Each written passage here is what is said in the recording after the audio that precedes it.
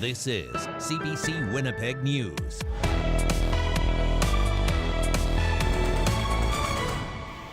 Good evening. Thank you for joining us. A man who killed both of his parents and then tried to kill his supervisor at Winnipeg's Seven Oaks Hospital 2 years ago has been found not criminally responsible for those crimes because of a mental disorder.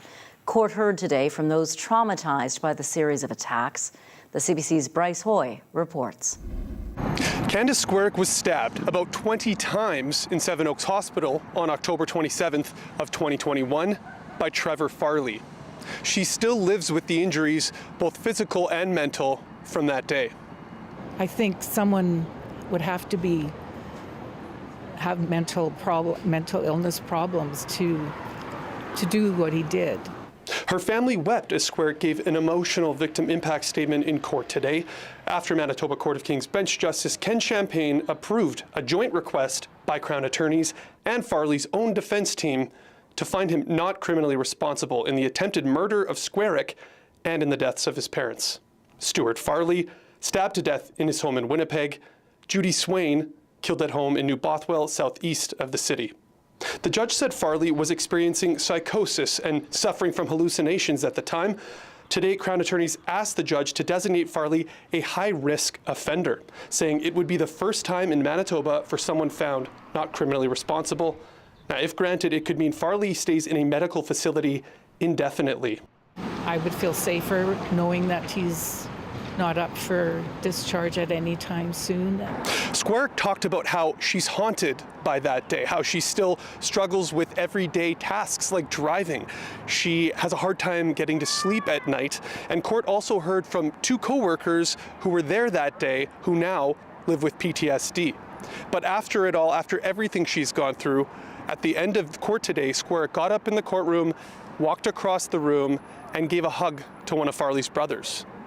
I just felt the need to tell them that it's okay, because I know how hard it must be for them. That just says it all right there.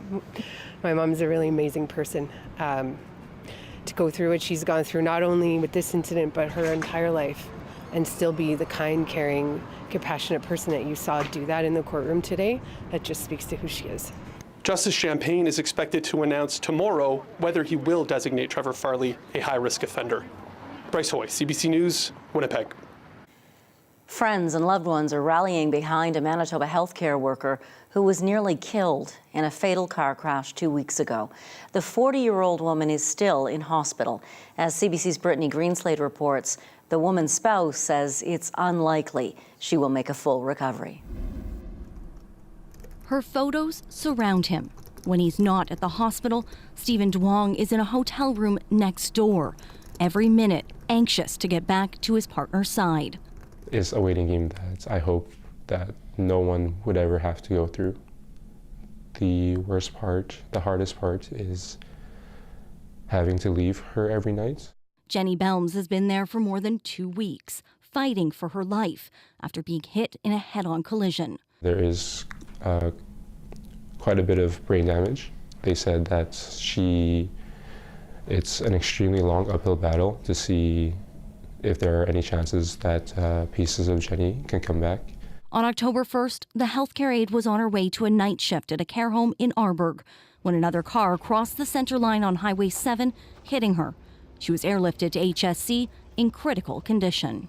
I didn't know if she was alive. I didn't know if I could have a chance to say goodbye to her. Belms was intubated and left in a coma with a fractured pelvic bone and ribs and brain trauma. She will likely lose the use of her right arm, and doctors say she's unlikely to fully recover. She lost her chance to have a normal life. After seeing her car, he says it's a miracle she even survived. Any other seat in the vehicle, you're gone instantly. Belms has been in Winnipeg for the past 12 years after moving to Canada from the Philippines by herself with dreams of becoming a nurse. All she wanted to do was help others. That was her personality. That is who she is. And now she's in a place where she can't even help herself. Her co-workers and the Filipino community are stepping up. They've raised more than $45,000 for her recovery and to help her family. So we just want funds to help her family come in Winnipeg, for the visa application and the flights, and to help her mom because Jenny is helping her mom also for some medication. Her friend Larnie says she talks to her daily, despite not knowing if she can hear her. I always say, Jenny, this is your ate, like an elder sister. Everybody is praying for your recovery. The whole world is praying for you.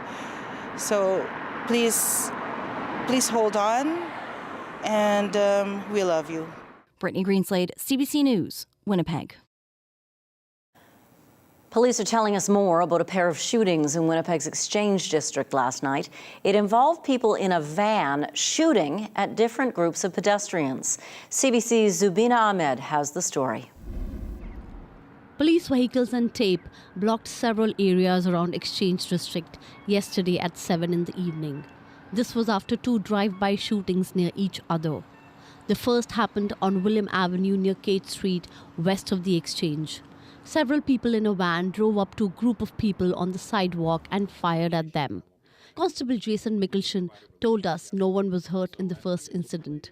They saw an opportunity to intimidate, scare, potentially rob, and clearly this individual was prepared to use the firearm because it was discharged multiple times. The second incident happened on King Street and James Avenue north of the Exchange. The same van pulled up to a group of 3 people and fired shots. One boy was shot, rushed to hospital, but now is in stable condition. And unfortunately, there are incidents that are going to happen like this that we quite simply can't predict them. We're always going to encourage the public to be very mindful of their surroundings. We're always going to be very encouraging the public to engage police in that positive way, provide whatever information they can with respect to suspicious activity. Police found an abandoned van that they think is the vehicle involved in the 400 block of Toronto Street about an hour after the first shooting. Police say the teen suspects might have ties to a gang and the crimes unit is investigating. We're thankful we're not talking about a homicide. We're thankful that we have 2 people and potentially more will be in custody. The investigation is still unfolding. We're still conducting interviews, and members of our major crimes unit are actively involved. Red River College is in the same area. It says some members of the college witnessed the incident and the school has support for anyone who may need it. Zubina Ahmed, CBC News, Winnipeg. A Winnipeg City Councillor wants to change the name of a part of the former Bishop Grandin Boulevard again. Council voted earlier this year to change the street's name to Abinogi Mikana. First Nation groups praised the decision as an act of reconciliation. As CBC's Cameron McLean reports, a proposal to change the name again has drawn sharp criticism. These street signs will soon reflect the new name of Bishop Grandin Boulevard, Abinogi Mikana. The change came after years of lobbying by First Nations groups over Bishop Vital Grandin's involvement in Canada's residential schools. But at today's Executive Policy Committee meeting, councillors discussed a motion to rename a section as something else. Transcona councillor Russ Wyatt, who wasn't at the meeting, wants to name this section of the street after a former premier, the Edward Schreier Parkway South. He says this section was supposed to be part of the Edward Schreier Parkway, planned to connect Chief Pigwis Trail to Abinogi Mikana.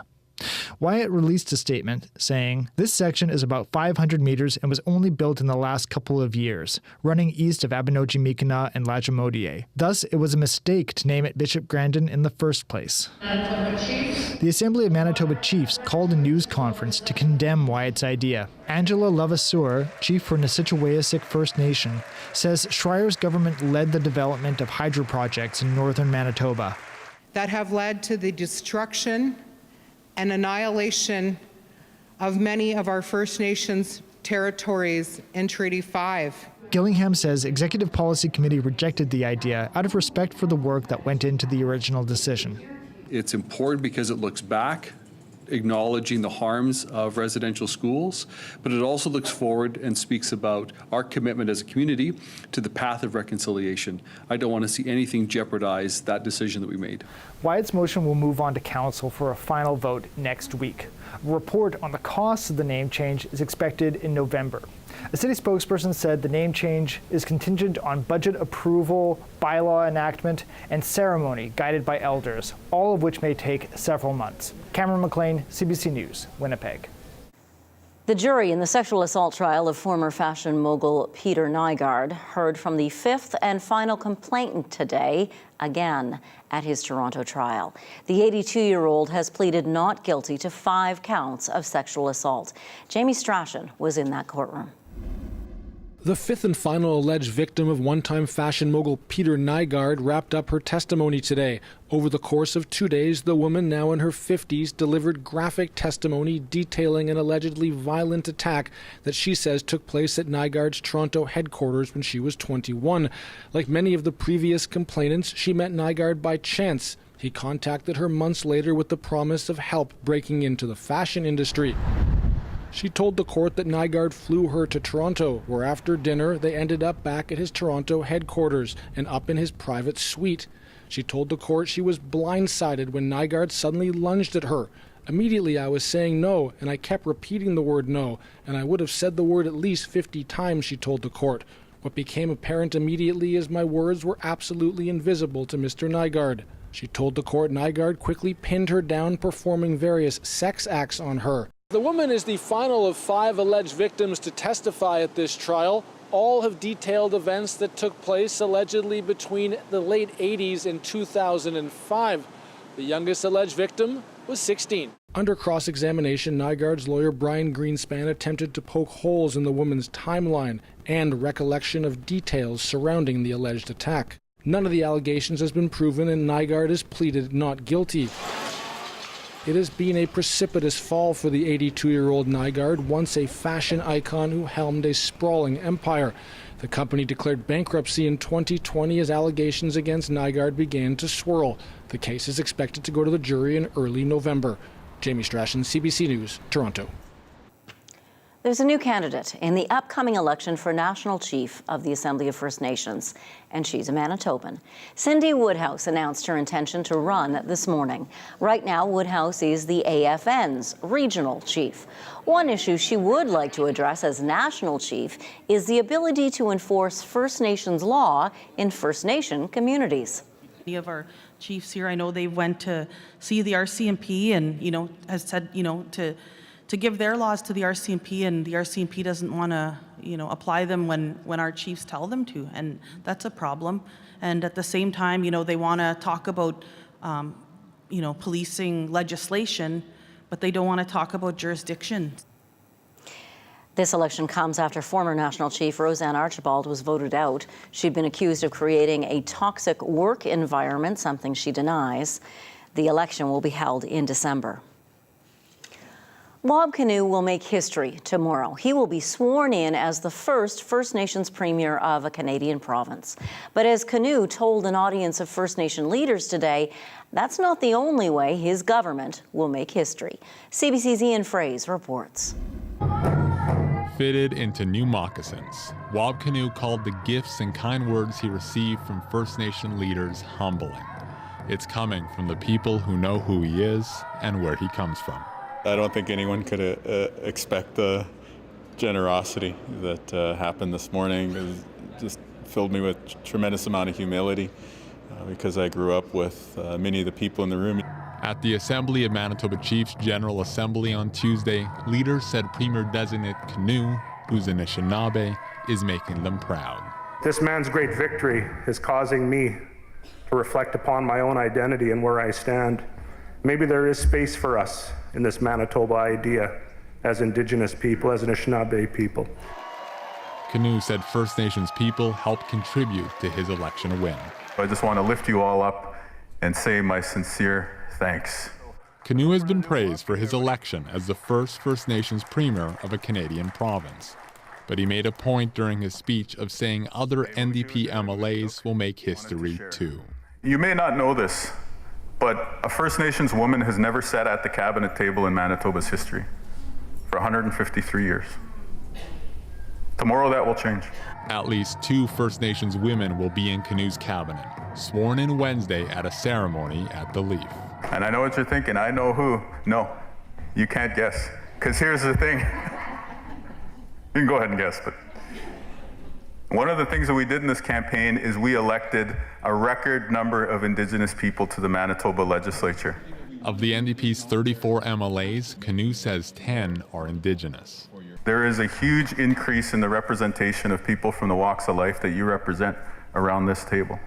While some won't get a promotion to cabinet, Canoe stressed the voices of Indigenous people will be heard on his team. Ian Fraze, CBC News, Winnipeg. By the way, I called the province today. Attending that ceremony at the Leaf is by invitation only, but it will be live streamed, so you can watch it if you'd like to see the ceremony and the presentation, find out who is in cabinet tomorrow morning, starting at 10 a.m. on our website, cbc.ca/Manitoba. A special ceremony celebrating newly graduated nurses was held today at the University of Manitoba. CBC's Jim Agapito had a chance to speak with 2 of the graduates, including this year's co-valedictorian. Saying this whole thing, just understanding that it's something that we have to carry forward and push through, like it's in us. It was amazing, most definitely. Yeah, it was refreshing, and it also meant that we were actually done and we were coming into the workforce. We're nurses, so that was really good. Oh, I've always wanted to challenge myself, so I've always jumped into the critical field of nursing. As I said, not everyone would like to go into cardiac as a new grad, but I feel like that's something I want to do. I don't want to start from a place where I feel like I'm too comfortable and relaxed. I just want to challenge myself. I know I've always wanted to be in the medical field. I just didn't know where I would end up. I thought about pharmacy, but then it had to do with too many medications. So I'm like, maybe nursing. It has a little bit of medication, it has a little bit of biology, and it has a little bit of taking care of people and interacting with them. All in my power to maintain and elevate the standards of my profession. Made me know that like I am a nurse and my duty is to provide care to patients, to advocate for them, to be there in times like for them in times of like distress, and like I am a person that when people look at, they know that I am here for them, and they expect that I care for them in a way that is without prejudice.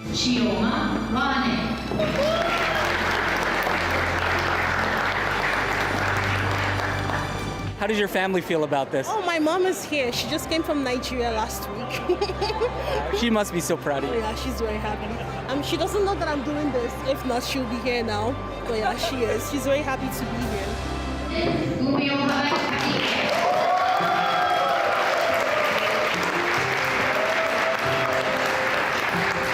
Unfortunately, my mom and dad, my bigger aspect of family, can't be here because they're in Nigeria, but my brother and my cousins are here, and they're so excited. Like when I told them I was valedictorian, they were really happy because it's just a big feat. Like it's something that, not everyone can accomplish, and I am just grateful that I am the one in that moment. So they're excited. They're like sending lots of pictures. So yeah, I'm gonna do that, of course. Yeah.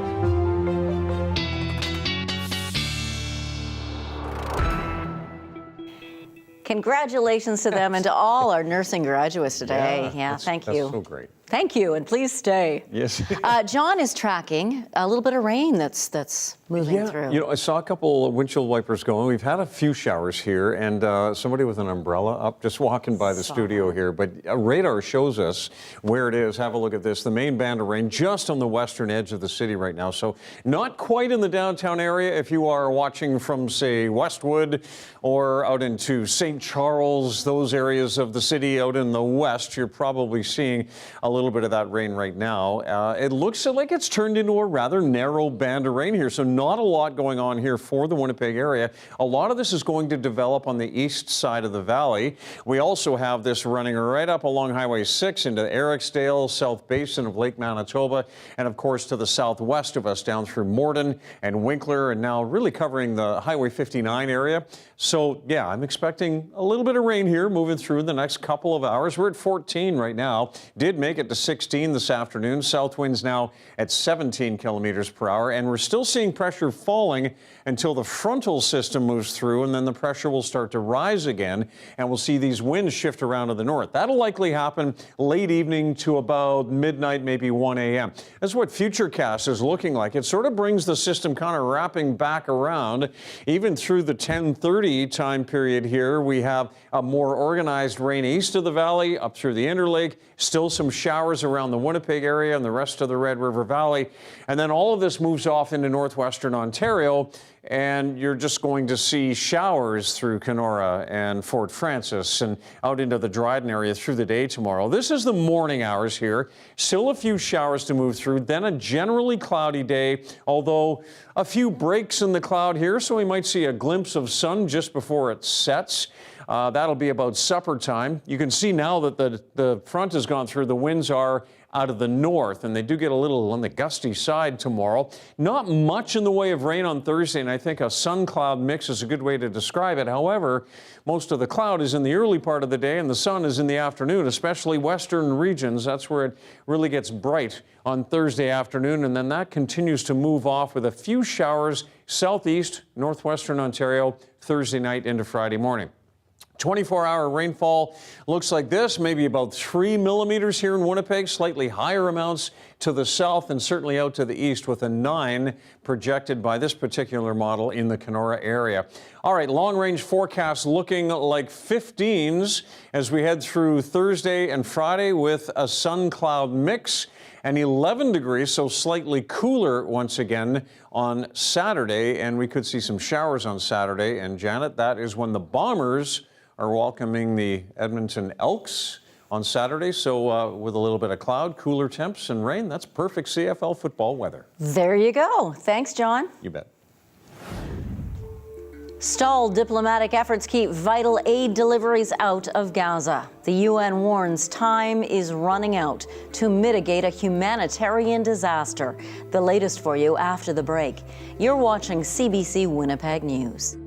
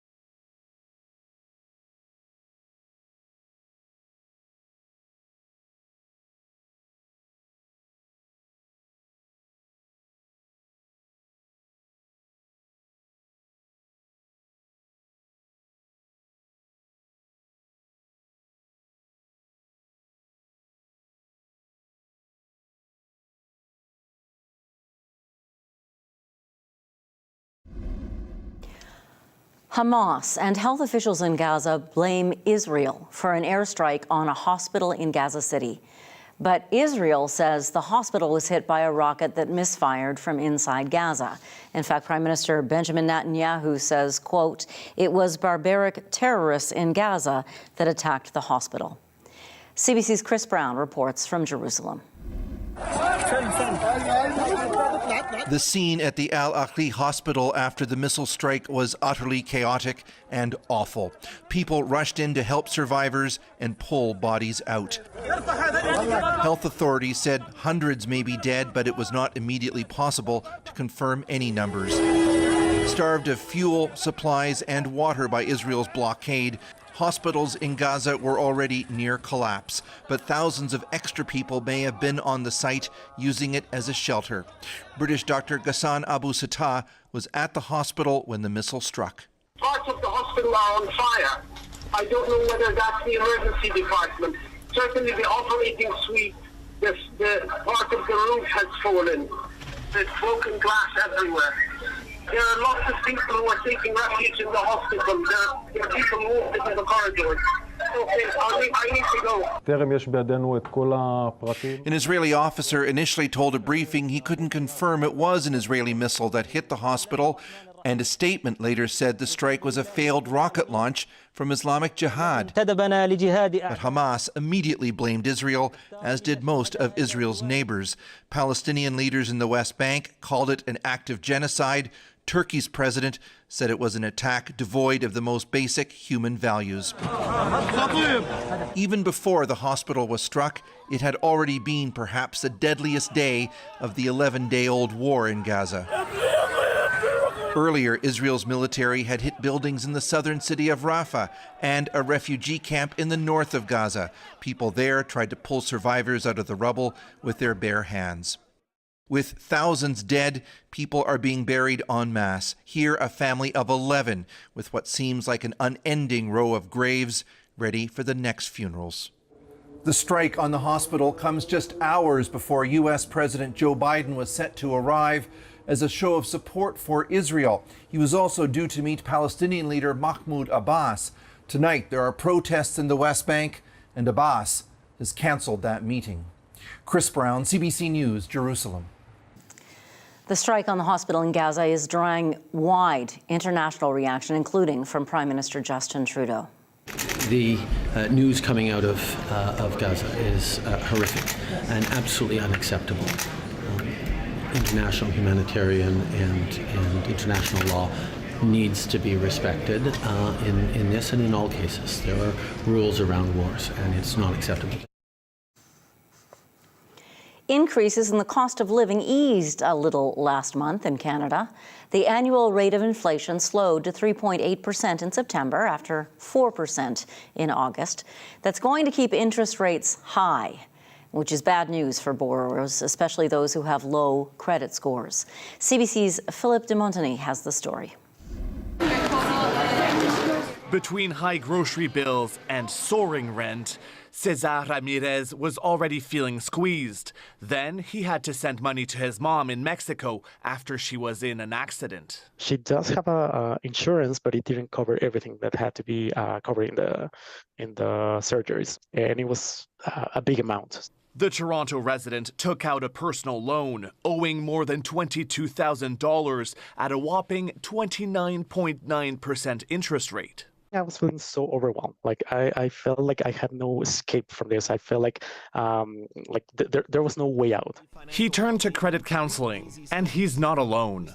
We're in a cost of living crisis and a high cost of credit crisis, so it's growing exponentially. But a signal now inflation may be easing, down from 4% in August to 3.8% in September. That's largely thanks to slowing food inflation, lower airfares, and stabilizing prices of goods like cars and appliances. But that doesn't mean Canadians will see relief. We're not seeing any give back from that previous inflation. So for a lot of Canadians, these prices are still going to feel very high. While inflation is heading in the right direction, it's still nearly twice the Bank of Canada's 2% target. Now the big question, will it raise interest rates again next week or stay put? Most economists are expecting the central bank to hold its key rate at 5%. Little consolation for borrowers relying on high interest loans to stay afloat. Payday loans, for example, can run up to 400% annually. They go to a high interest or payday lender just to bridge that gap for a month, and it's a treadmill that they really can't get off. Ottawa promised to crack down on predatory lending in its latest budget, capping interest that can be charged as the cost of living crisis drags on. Philippe de Montigny, CBC News, Toronto. The Ontario man on trial for driving his truck into a Muslim family in 2021 testified in court today about the moment he did it. Nathaniel Veltman says he felt an urge to hit them. The 22-year-old is charged with murder motivated by terrorism. CBC's Thomas Daigle is covering the trial. Pacing in his jail cell after his arrest, Nathaniel Veltman said he racked his brain to find any justification for his deadly attack on a Muslim family. His defense team is now seeking to undercut this confession to police. I'm not planning on claiming that I was in a psychotic state, or I want the world to know why I did what I did. Twice that weekend in June 2021, Veltman said he drove by groups of Muslims and considered running them over, experiencing what he described as a dreamlike state, dealing with depression and reeling from the effects of magic mushrooms. When he came upon the Afzal family, the accused told the court the urge to act came on too strong. My mind was a mess, he said. I turned around, stepped on the gas, and drove at them. Within minutes, Veltman's truck was seen pulling into this shopping mall parking lot. He said he again spotted Muslims and considered attacking them too. But instead, he got on his knees and waited for police, fearing, he said, someone else might get hurt. Now 22 years old, Veltman is charged with terrorism-motivated first-degree murder and attempted murder. In Superior Court in Windsor, he's spent 4 days testifying in his own defense. Veltman's lawyers are trying to show the attack wasn't premeditated and the accused had no intention to kill. What was your intention? Defense lawyer Christopher Hicks asked in court. To crash into them, Veltman simply replied. Did you intend to kill? I just had this urge to crash into them, he said. There may not be a lot to lose by him testifying, and he may be the only source of evidence that could potentially get this down to a second degree.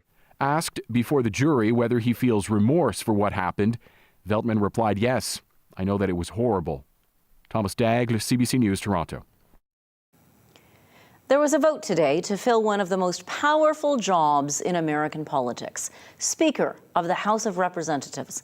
Republican Jim Jordan wants the job, but the first vote didn't give him the win. No person having received a majority of the whole number of votes cast by surname, a speaker has not been elected. Jordan, who's on the far right of the Republican Party, didn't receive enough support from his own party, with 20 members of it voting against him. Jordan will now try to sway the holdouts. Another vote is expected. It's been 2 weeks since former Speaker Kevin McCarthy was ousted after not getting enough support from fellow Republicans. India's top court has refused to legalize same-sex marriage. The decision follows more than a dozen petitions and weeks of arguments earlier this year. As Salima Shivji reports, many activists and same-sex couples are disappointed, but they plan to keep fighting. As members of the media waited for a potentially landmark decision on marriage equality, petitioners like this couple filled with nervous anticipation. Hopeful, then heartbroken, then really heartbroken. Her hope soured as the judgment was read out. India's highest court was rejecting gay marriage, even as the judges expressed sympathy and a willingness to bolster LGBTQ rights.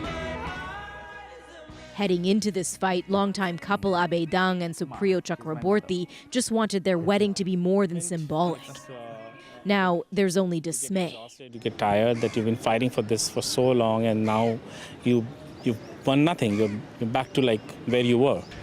The 5-judge bench disagreed on whether to extend adoption rights to same-sex couples, but they were unanimous on the main point. That the court doesn't have the power to alter India's Marriage Act to legalize same-sex marriage. That's up to Parliament, they say. But that doesn't comfort many here. That Parliament always lacked the will to legislate on this aspect. So leaving it to the Parliament, it'll be a long wait.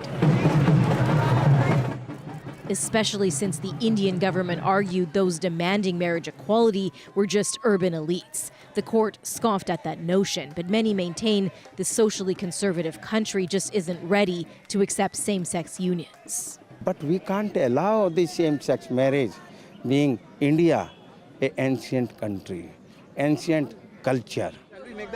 Fighting that thinking is still the plan for many here. It's not an overnight thing. We need to come back. We need to fight for our equal rights. There is not a single country in the world where LGBTQ rights were handed on a platter.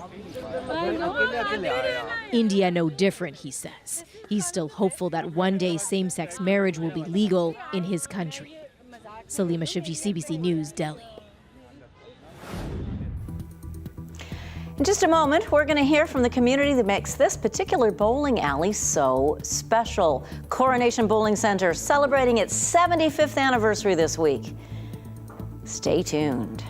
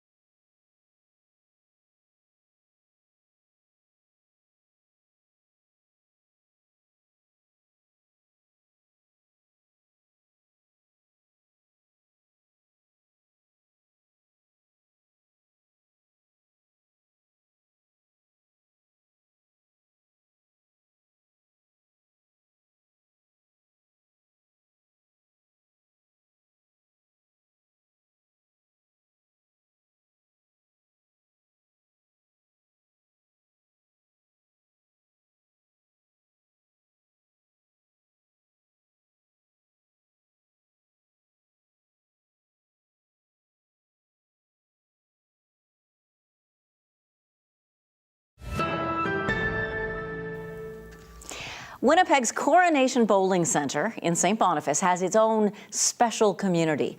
Owner Jim Llewellyn says it's a community that can't be found anywhere else. And now the bowling centre is celebrating 75 memorable years.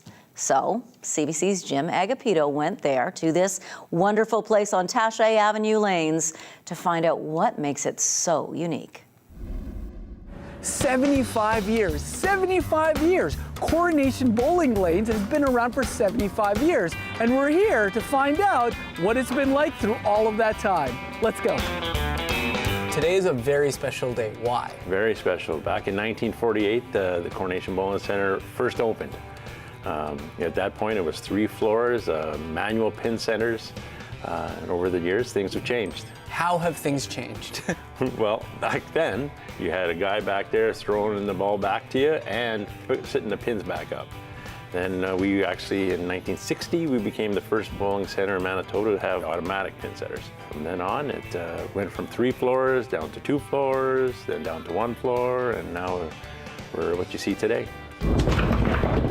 This is a pretty special place, so what is it about this place that you love so much? You know, it has to do with everybody is like family.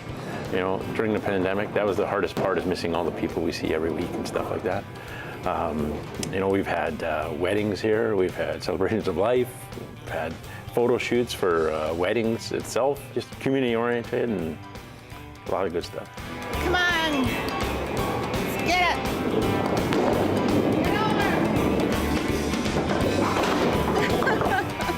I can't believe like it's 75. I thought, what? 75 years, wow.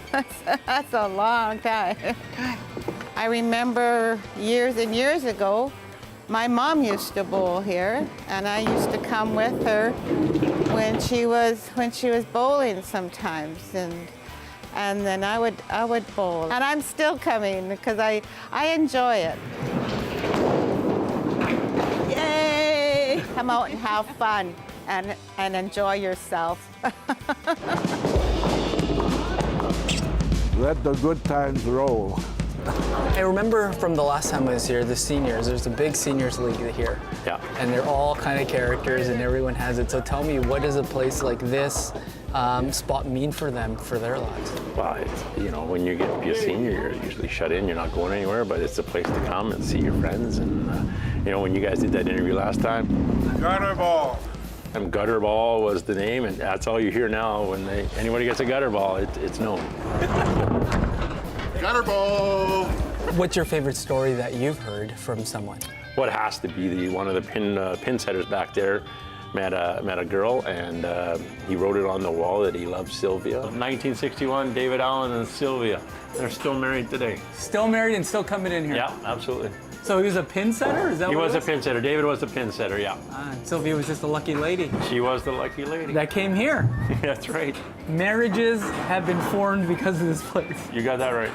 What about for you? What's a good personal story that you love about this place? Well, just how it's developed over the years, and you know, now it's going real good, and just all the people I've met. You know, this has to be that for sure. It's the people I've met.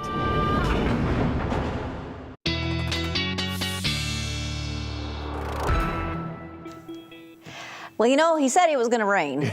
He was right, because it's now raining downtown. Yeah, Quite hard, actually. Kind of wet downtown, yeah. Narrow band of rain moving through. We will have another look at the radar toward the end of the show, just before the 7-day forecast. But right now, we'll look at what this rain is doing to some temperatures through this area and areas to the west of us. And right now, not much. It's still kind of mild. Normal high now is 9 degrees. We're still at 14 at the airport, 16 in the downtown area. In Morris, Steinbach also at 16. Yeah, these are warm numbers for this time of day and this time of year. Out to the west, we're still at 15 around Brandon and Melita, 12 in Dauphin. And yeah, the rain just moving through the Red River Valley right now, through parts of the Interlake as well. Across the north, very mild, 12 to 14 in the west, 11 right now in Thompson, and still 7 in Churchill, and another above normal day on the way in Churchill tomorrow. So after the evening rain here in Winnipeg, it will taper off to showers overnight, and we may see a few showers in the morning. North winds 20 to 25 in the morning, and they do pick up in the afternoon. Northwest 30 to 40. I think there's potential for gusts to to 50 occasionally on Wednesday, but a high once again of 14 degrees and may even see a few sunny breaks as we head into the late afternoon. You can see this cloud all wrapping around this low as it moves across the south tonight. So pretty much all of us across the south and northwestern Ontario can expect some light rain, and for areas farther east, it will be more of an overnight rain. For the rest of us, we're looking at evening and overnight. The farther east or farther west you are, the sooner it will end. So some evening rain here in the Winnipeg area. Overnight low only 9 degrees, and some evening showers still in the west, although that will really taper off. And tomorrow you'll be back into some sunshine a bit earlier. Across the north, it is dry but mainly cloudy, as low as -1 in the Lynn Lake area, and the warmest overnight low would be 4 around Flin Flon, and about 3 degrees in Norway House, but back up to 9 tomorrow. Island Lake, we're about to go there. Island Lake, cloudy and 6 tomorrow. A chance of a shower in Churchill at 6 degrees. The Paw, you'll be up around 11 degrees, so at least one area across the north in double digits tomorrow. Now, if you're in the western sections of southern Manitoba, more of a sun-cloud mix, really. Same with Portage. The rest of us see morning showers. Generally cloudy day, although some sunny breaks possible here in the Red River Valley in through the late afternoon. Steinbach, morning showers as well. Showers through the day in Sprague and through the day as well into northwestern Ontario with highs between 11 and 13 degrees. So another look at the radar. It'll show you exactly where the rain is and your 7-day forecast still to come. Fantastic, John. Thank you. It's feast time in Garden Hill First Nation. CBC's Aaron Broman is there. We'll show you why after the break. You're watching CBC Winnipeg News.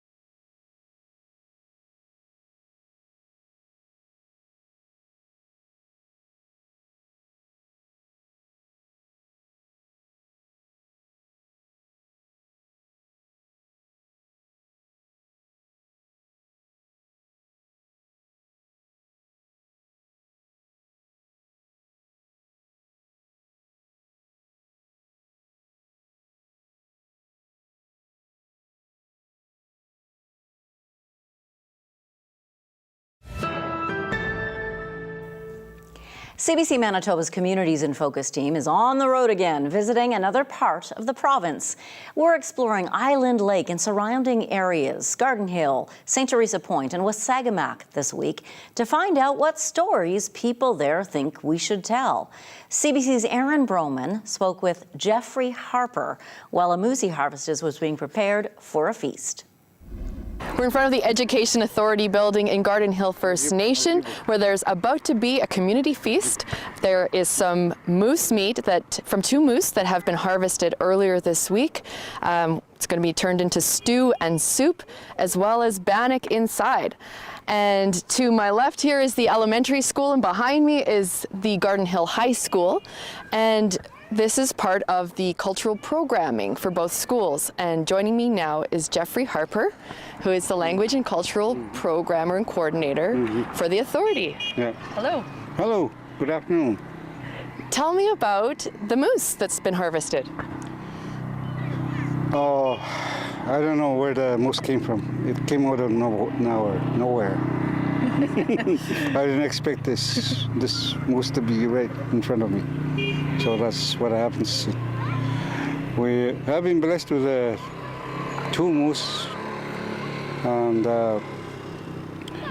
we had a plan prior to this trip that we were going to have a Thanksgiving dinner here for the staff members, including some students. So today, both the staff and the students will be joining us later to have some of this delicious food. Why is the methods of harvest and the sharing so important? I think it's very important that the Creator gave us this kind of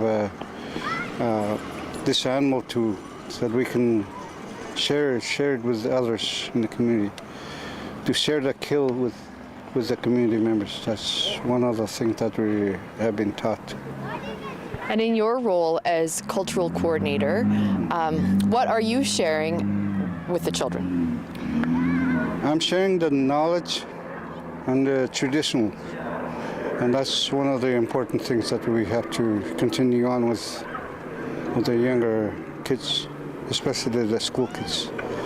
I think they're very interested in those kind of things because they haven't seen this kind of feast or gathering, I would say. I think that's very important for them to see those kind of things done in our community and in our school too. Jeffrey, thank you for sharing.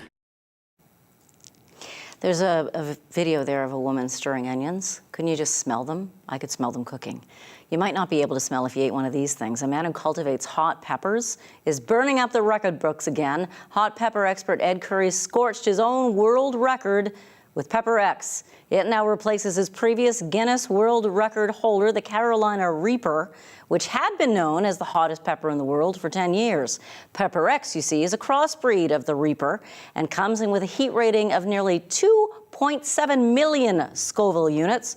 For comparison, a regular jalapeno registers around 5,000 units. Curry says he ate one and felt the heat for 3.5 hours. Couldn't do it, if you asked me. John's back with your 7-day forecast, and we'll bring you a daily lift you can have a say in. Stay with us.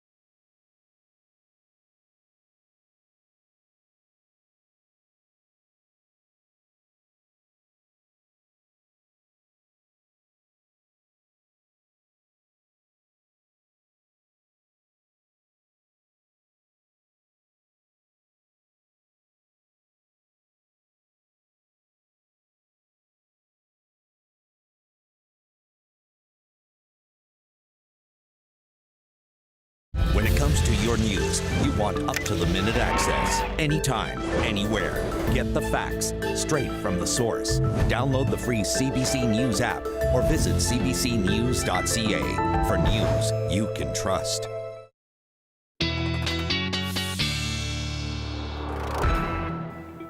Well, the west side of the city and here in downtown, the rain has kind of passed for now. If you're out into the east, areas like Transcona and farther east, it is still going on. And there's quite a bit of this back through the Interlake, back toward Dauphin and southwest of us. So we may not be done just yet. Some of this could be leftover morning showers tomorrow, then cloudy, 14, few sunny breaks, bit breezy, pair of 15s on Thursday and Friday, and then cooler on Saturday with a high of 11. And we may see some more showers on Saturday as well.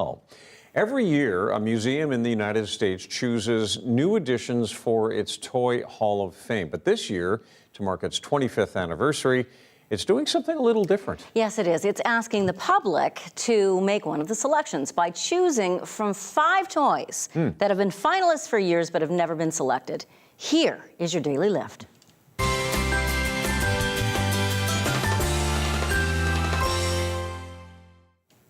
Remember Transformers? More than meets the eye.